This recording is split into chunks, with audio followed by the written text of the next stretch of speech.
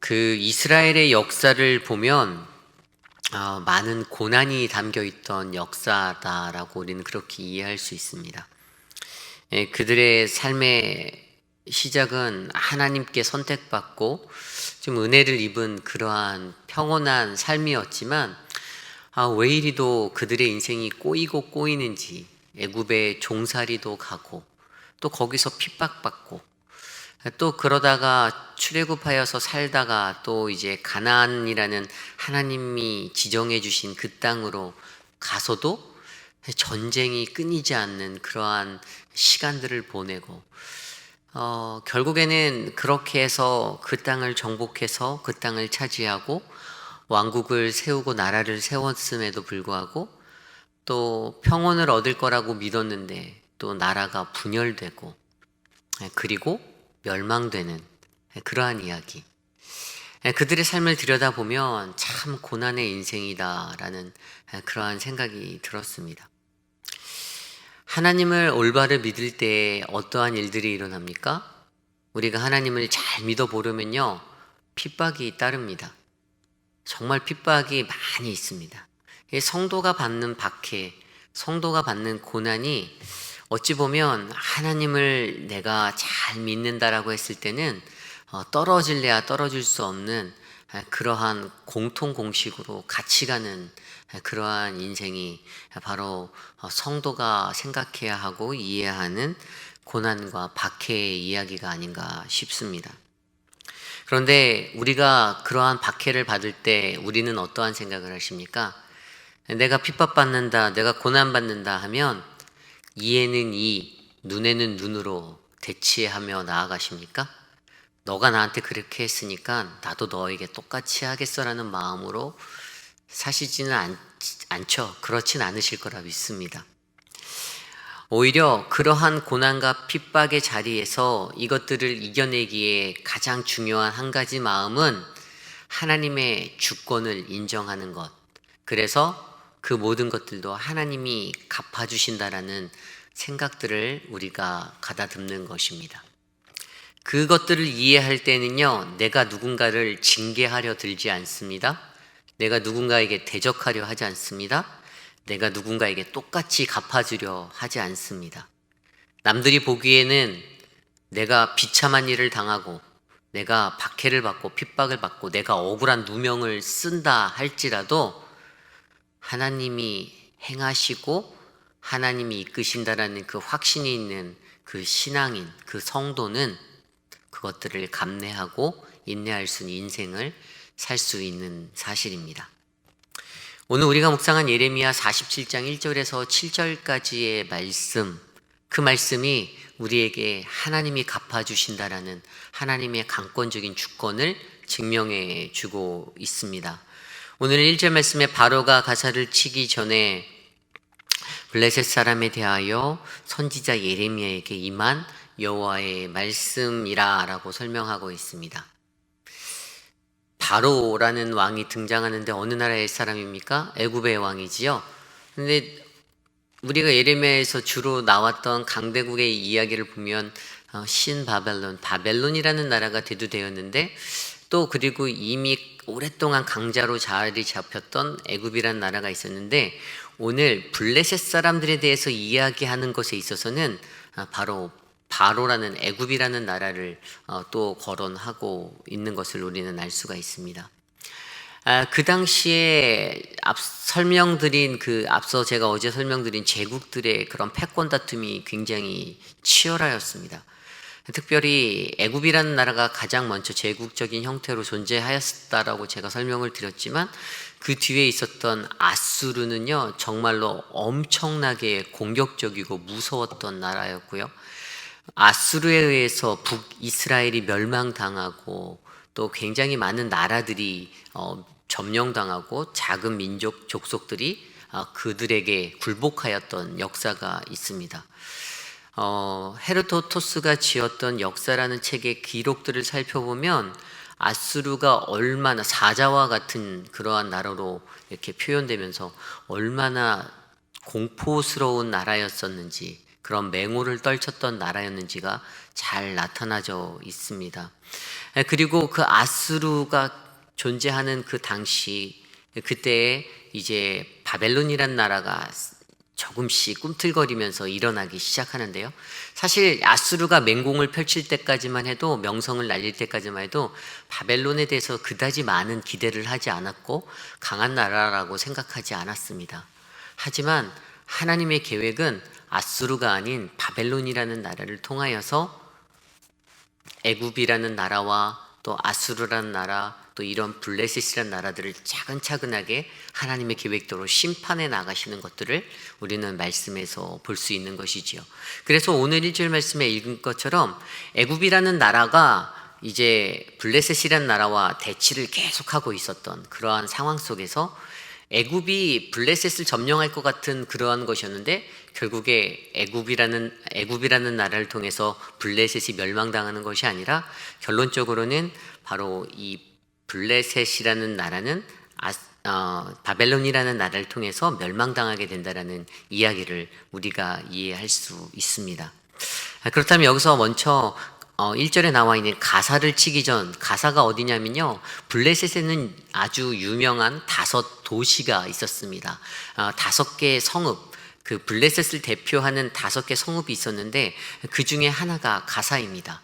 이 가사라는 땅을 보면요, 항구 도시였습니다. 여호수아 15장 57절 말씀에 보면요, 여호수아가 이 땅을 유다 지파에게 분배하여 줬습니다. 그 땅을 점령하러 들어가면서 유다가 그 땅을 차지해야 한다라는 목표를 그들에게 주어서 그들이 점령하게 되었습니다. 하지만 이제 뒤에 넘어가면은 사사기로 넘어와 보면 사사기 16장에 그들이 블레셋에게 다시 이 땅을 뺏기게 되어버리는 이야기가 전개됩니다. 우리가 잘 알고 있듯이 이스라엘과 블레셋은 계속적으로 다투는 그러한 아주 반목적인 그러한 나라들 아니었습니까? 성경의 역사 속에서 블레셋과 대치했던 수많은 이야기가 나옵니다. 블레셋 민족이 어디에서 시작됐는지를 우리가 한번 생각해 볼까요? 블레셋 민족은요, 그레데 섬에서 시작되었습니다. 그들은 갑돌섬이라 불리는 그 그레데섬, 여기 신명기 2장에 나오는 것인데요, 거기서 시작이 되어서 그들이 BC 12세기 13세기 경에 애굽 땅으로 이동해서 애굽 땅에서 람세스 3세와 전투를 벌이고 거기서 대패를 하게 되고요, 그 후에 그들이 다시 팔레스틴 남부 쪽으로 이동해서 이제 이스라엘의 그러한 근처로 와서 정착을 하며 살게 되었던 것입니다.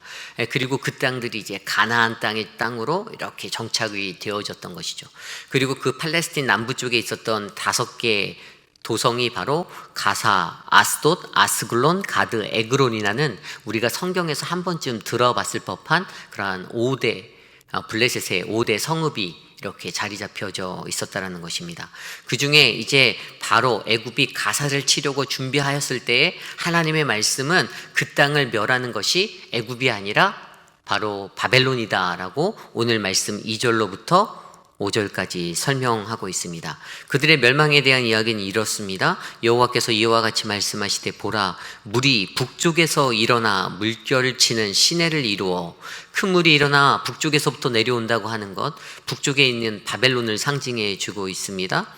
그 중에 있는 모든 것과 성읍과 거기 사는 모든 자들을 휩쓸리니 사람들이 부르짖으며 그 땅의 모든 주민이 울부짖으리라.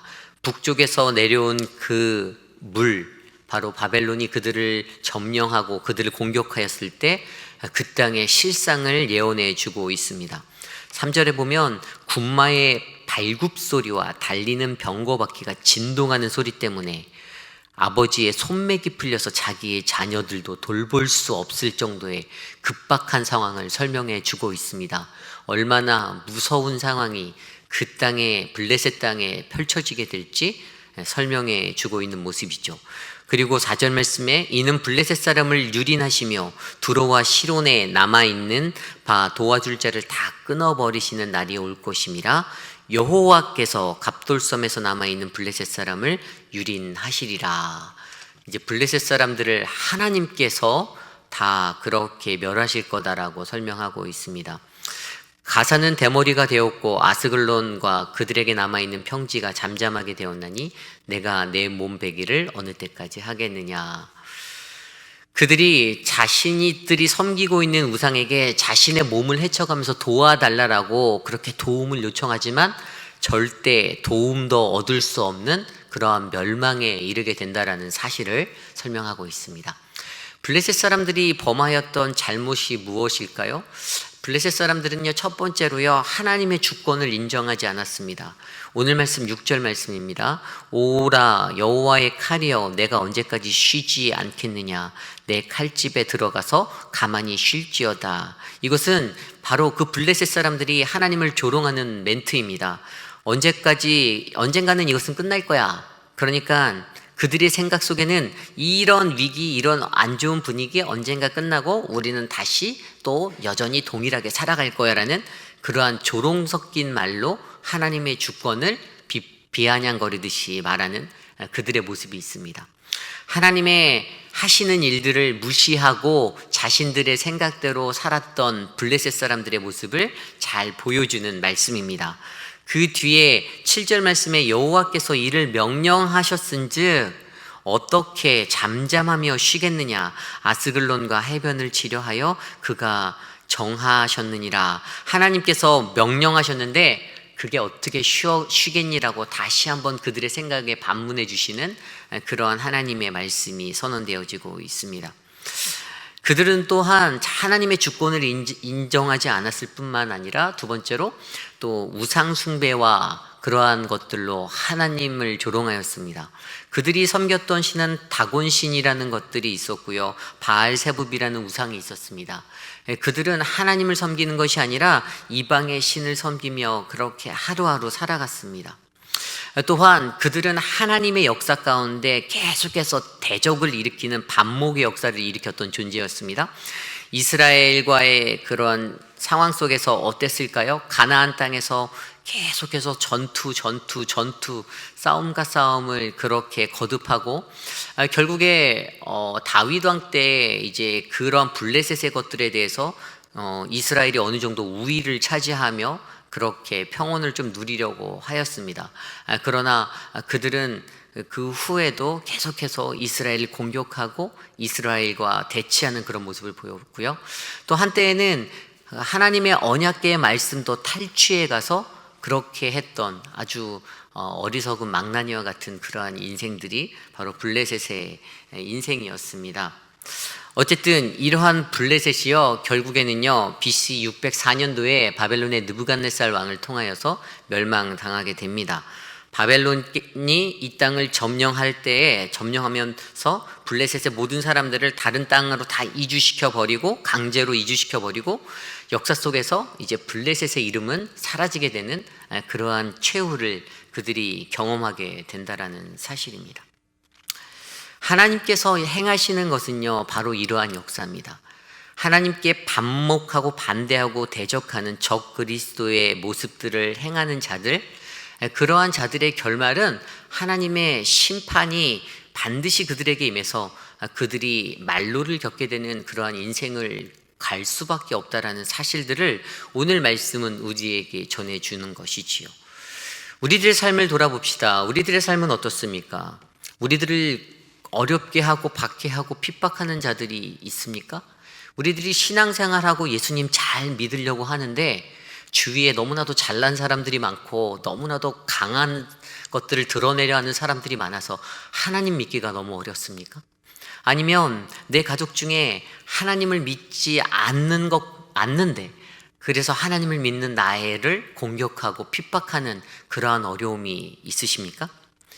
그렇다면 그것들에 대해서 오늘 말씀을 시작하며 제가 여러분께 설명드린, 과연 여러분들은 어떻게 그 일들을 감당하시겠습니까? 내 힘으로 내가 그를 대적하고 내 힘으로 내가 그를 공격하고 내 힘으로 밀어붙여서 극복해 내시렵니까? 아니면 누군가가 내 가족이나 다른 사람이 나를 너무나도 힘들게 해서 그냥 기도도 나오지 않을 정도로 너무나도 심한 핍박이 있어서 그냥 어떻게든 저 사람이 내 눈앞에서 이 모든 것들을 그냥 벌받았으면 좋겠다 이런 마음으로 살아갈 때도 있지 않습니까?